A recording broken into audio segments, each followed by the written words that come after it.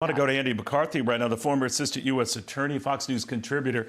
Legally, I'm curious, Andrew, can the state attorney general do this, enforce this, and seize a building of Donald Trump's to enforce this?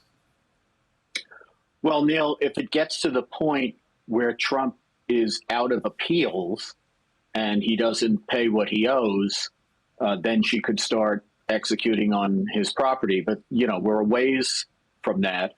And the whole point of the process of appeal, where they force you either to put up the money if you're liquid enough and pay that into the court, or get a bond where the bondsman will demand that the bond be secured by property so the bondsman could execute on the property if you fail to fulfill your obligations. The whole point of that process is to ensure the court that if you're given an appeal, that if you lose the appeal, you'll pay up. So we're a ways away from her executing on property.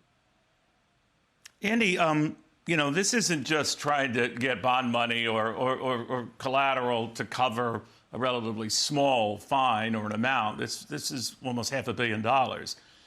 Surely they know he's good for it.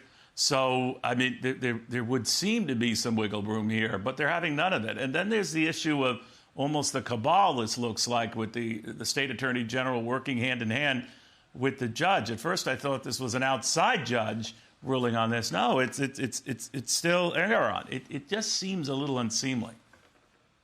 Yeah, I think it's an unseemly rush to get all this done, Neil.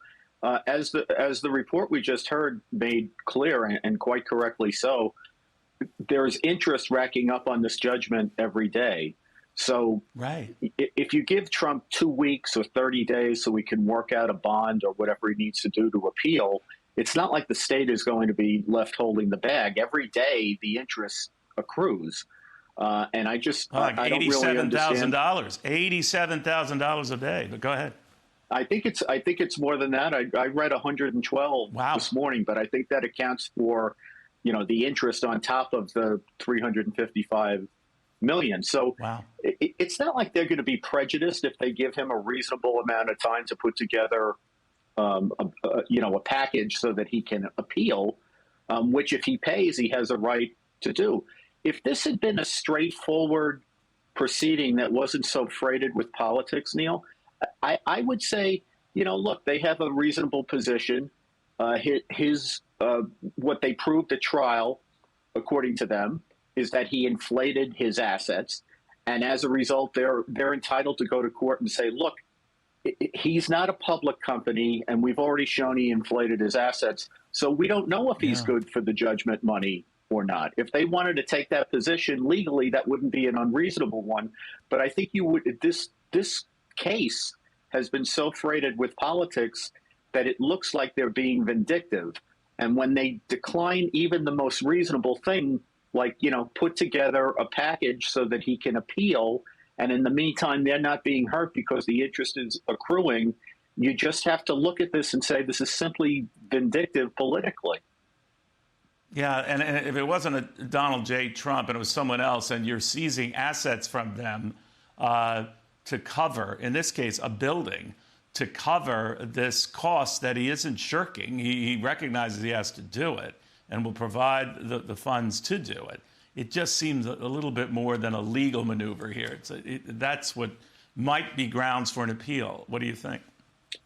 Well, I just think on part of the judge, the court is supposed to be the institution that makes sure you get a fair shake, even if the government is oppressive. And here, Engoron knows this is not the only thing on Trump's dance card, right? We got this other $83 million he's got to post as well to appeal the other case. Yeah, the Eugene Carroll case. We'll point it out. Andy, thank you. I'm Steve Doocy. I'm Brian Kilmeade. And I'm Ainsley Earhart. And click here to subscribe to the Fox News YouTube page to catch our hottest interviews and most compelling analysis.